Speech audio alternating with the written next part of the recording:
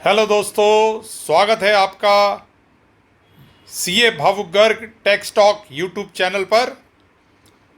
इस चैनल पर हम लेटेस्ट इनकम टैक्स डेवलपमेंट्स के बारे में डिस्कस करते हैं।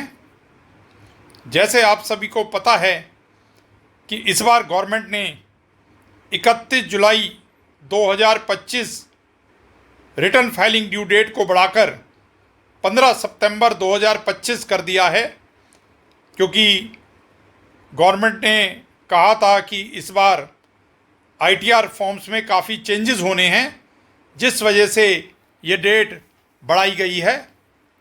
तो दोस्तों, अब आपका इंतज़ार ख़त्म हुआ। आईटीआर 1 और 4 की एक्सेल यूटिलिटी अब डिपार्टमेंट की साइट पर लाइव हो चुकी है for financial year 24-25, assessment year 25-26। तो अब आप अपनी आईटीआर फाइलिंग शुरू कर सकते हैं, पर सावधान, इस बार आईटीआर 1 और 4 के फॉर्म में बहुत सारी चेंजेस की गई हैं। जैसे आपको पता है कि आजकल 2 टैक्स रिजीम्स असेसी के पास अवेलेबल हैं, old tax regime and new tax regime. Old tax regime में एचआरए और 80C to 80U की डिडक्शंस अवेलेबल होती हैं, जबकि न्यू टैक्स रिजीम में एचआरए और 80C to 80U की डिडक्शन अवेलेबल नहीं होती है। तो गवर्नमेंट ने इस बार, अगर आप ओल्ड टैक्स रिजीम सेलेक्ट कर रहे हैं और अपनी आईटीआर फॉर्म 1 या आईटीआर फॉर्म 4 के थ्रू फाइल कर रहे हैं, तो एचआरए और 80C to 80U डिडक्शंस के रिलेशन में बहुत सारी डिस्क्लोज़र चेंजेस किए हैं। तो आइए इस वीडियो में समझते हैं कि क्या क्या चेंजेस इन दोनों फॉर्म्स में एचआरए और 80C to 80U की डिस्क्लोज़र से रिलेटेड किए गए हैं। सबसे पहला चेंज है रिलेटिंग टू एचआरए। जी हाँ, अगर आप सैलरीड हैं और हाउस रेंट अलाउंस एचआरए की डिडक्शन क्लेम करते हैं, तो गवर्नमेंट ने इस बार ये न्यू टेबल आपके लिए रिटर्न में इंसर्ट करी है, जिसमें आपको इंफॉर्मेशन देनी है regarding your place of work.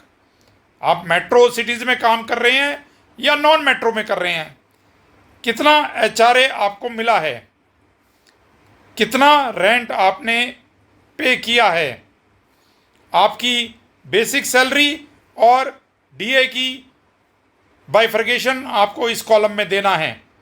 तो ऑटोमेटिकली आपका एलिजिबल एचआरए यहाँ पे कैलकुलेट हो जाएगा।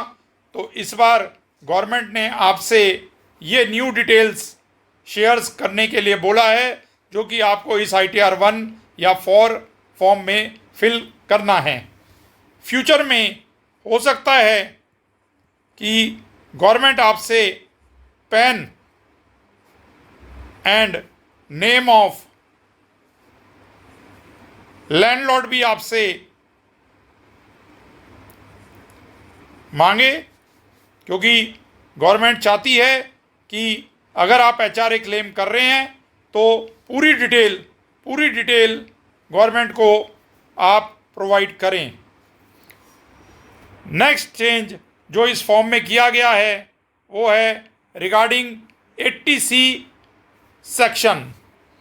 80C सेक्शन में आप मैक्सिमम 1.5 लाख की डिडक्शन क्लेम कर सकते हैं, PPF, LIC, school fees etcetera.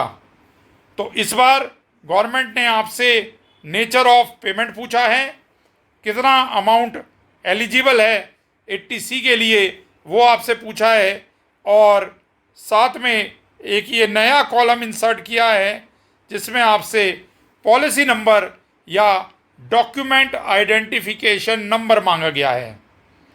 जी हाँ, अब आपको पॉलिसी नंबर या डॉक्यूमेंट आइडेंटिफिकेशन नंबर सबमिट करना है to claim deduction of 80C। Future में हो सकता है कि गवर्नमेंट आपसे date of payment and mode of payment भी मांग ले।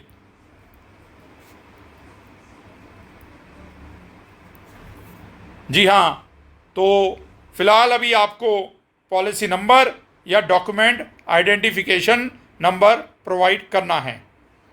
नेक्स्ट डिडक्शन है हेल्थ इंश्योरेंस सेक्शन 80D। जी हाँ, आप जो भी हेल्थ इंश्योरेंस, मेडिकल इंश्योरेंस के लिए प्रीमियम पे करते हैं, उसके लिए आपको सेक्शन 80D में डिडक्शन अवेलेबल होती है। इसमें अब इस बार गवर्नमेंट ने आपसे name of insurer, insurance company, policy number और उसका रिसीप्ट नंबर और कितनी हेल्थ इंश्योरेंस अमाउंट आपने पे की है, ये 4 चीज़ें आपसे एडिशनली मांगी हैं। तो जब आप अपनी ITR फिल करें तो इस कॉलम में name of insurer, policy number, रसीद of premium paid and health insurance amount भरना ना भूलें। अगला इंपॉर्टेंट चेंज है सेक्शन 80E। जी हाँ, अगर आपने एजुकेशन लोन के लिए इंटरेस्ट लोन लिया है और उसका आप इंटरेस्ट पे कर रहे हैं, तो अब आपको फर्दर ये नीचे लिखी 7 डिटेल्स देनी पड़ेंगी, जिसमें सबसे पहले है कि लोन आपने किस से लिया है, उसका क्या IFSC कोड है बैंक का, पैन आपको बैंक का देना है, बैंक का नाम देना है, लोन अकाउंट नंबर देना है, डेट ऑफ सैंक्शन देना है, कितना अमाउंट आपने लोन का लिया है और कितना लोन आपका 31 मार्च को आउटस्टैंडिंग है, और लास्टली इंटरेस्ट आपने कितना पे करा है। तो अब आपको अपने बैंक से पूरे साल की लोन स्टेटमेंट लेनी है, जिसके बेसिस पे आपको ये सारी इंफॉर्मेशन इस कॉलम्स में भरनी है, ताकि आप डिडक्शन सेक्शन 80E की ले सकें। इसी लाइन पे इन 2 सेक्शंस 80EE और 80EA interest on home loan के बारे में सेम इंफॉर्मेशन उन्होंने मांगी है। लोन आपने किससे लिया है, बैंक का IFSC code, PAN, name of bank, loan account number, date of sanction, total amount of loan, loan outstanding and interest paid under section 80EE या 80EA। जी हाँ, सिमिलर वे में यहाँ पे भी आपको अपनी लोन स्टेटमेंट लेकर उसके बेसिस पे ये इंफॉर्मेशन फाइल करनी है, ताकि आप सेक्शन 80EE और 80EA की डिडक्शन क्लेम कर सकें। नेक्स्ट चेंज है 80EEB। इलेक्ट्रिकल व्हीकल्स पे जो आपने लोन लिया है, उसके इंटरेस्ट की डिडक्शन क्लेम करने के लिए आपको सिमिलर लाइन पे लोन किससे लिया है, उसका IFSC कोड, पैन, बैंक का नाम, loan account number, date of sanction, कितना लोन आपने लिया है, कितना लोन 31 मार्च को आउटस्टैंडिंग है, व्हीकल का रजिस्ट्रेशन नंबर, ये एक नया कॉलम है, व्हीकल का रजिस्ट्रेशन नंबर, उस इलेक्ट्रिकल व्हीकल का रजिस्ट्रेशन नंबर जिसको खरीदने के लिए आपने लोन लिया है, एंड लास्ट आपने जो इंटरेस्ट पे करा है वो डिटेल आपको इस कॉलम में भरनी है, ताकि आप सेक्शन 80EEB में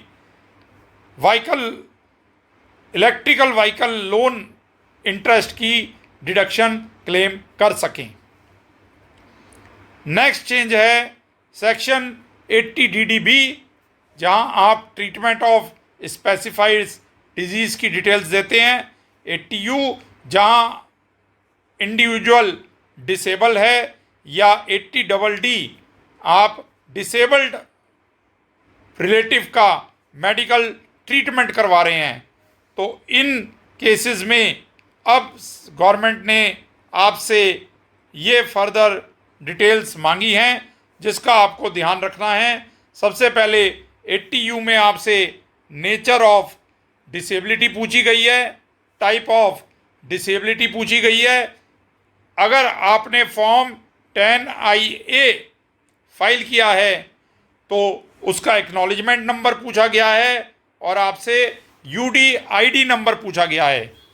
जी हाँ, ये UDID नंबर क्या होता है? एक विशिष्ट विकलांगता पहचान पत्र है जो भारत सरकार विकलांग व्यक्तियों को जारी करती है। वो नंबर आपको यहाँ पे फाइल करना है। सिमिलरली अगर विकलांग व्यक्ति को 80DD to 80U के तहत कोई डिडक्शन क्लेम करनी है तो उसे फॉर्म 10IA फाइल करना होता है। ये प्रमाण पत्र किसी सरकारी अस्पताल का न्यूरोलॉजिस्ट या सिविल सर्जन या मुख्य चिकित्सालय अधिकारी द्वारा दिया जाता है। वो भी आपको इस फॉर्म में फाइल करना है। आप अगर 80DD की डिडक्शन क्लेम कर रहे हैं तो same nature of disability, type of disability, type of dependent और उसका पैन नंबर। पैन नंबर नहीं है तो उसका आधार नंबर। जी हाँ, जिस डिपेंडेंट के ऊपर आप मेडिकल ट्रीटमेंट का खर्चा कर रहे हैं उसका पैन नंबर या आधार नंबर आपको देना है। साथ में फॉर्म 10IA और UDID नंबर तो देना ही देना है। अगर आप 80DD medical treatment of specified disease के ऊपर खर्चा कर रहे हैं तो आपको नेम ऑफ स्पेसिफाइड डिजीज बताना है। तो दोस्तों, ये सभी कॉलम्स नए इंसर्ट हुए हैं ITR 1 और फॉर्म 4 के अंदर। जो आपको ध्यान रखना है कि जब भी आप रिटर्न फाइल कर रहे हैं और ओल्ड टैक्स रिजीम ऑप्ट कर रहे हैं और HRA और 80C to 80U की डिडक्शन क्लेम कर रहे हैं तो आपको ये सभी एडिशनल इंफॉर्मेशन फॉर्म में ज़रूर प्रोवाइड करनी है ताकि आप सही डिडक्शन क्लेम कर सकें। तो गवर्नमेंट जो लोग फॉल्स डिडक्शंस क्लेम करते थे उनको पकड़ने के लिए अब ये नई डिटेल्स फॉर्म्स में मांग रही है जो आपको प्रोवाइड करनी पड़ेगी। सो दोस्तों, आपको वीडियो कैसी लगी उसके बारे में ज़रूर बताइएगा। चैनल को सब्सक्राइब कर लीजिएगा अगर आपको पसंद आया और वीडियो को लाइक करना ना भूलिएगा। जल्दी मिलेंगे नई अपडेट के साथ। क्वेरी के लिए आप मेल कर सकते हैं CA भावुक गर्ग techstalk@gmail.com पर। Thanking you. राधे राधे।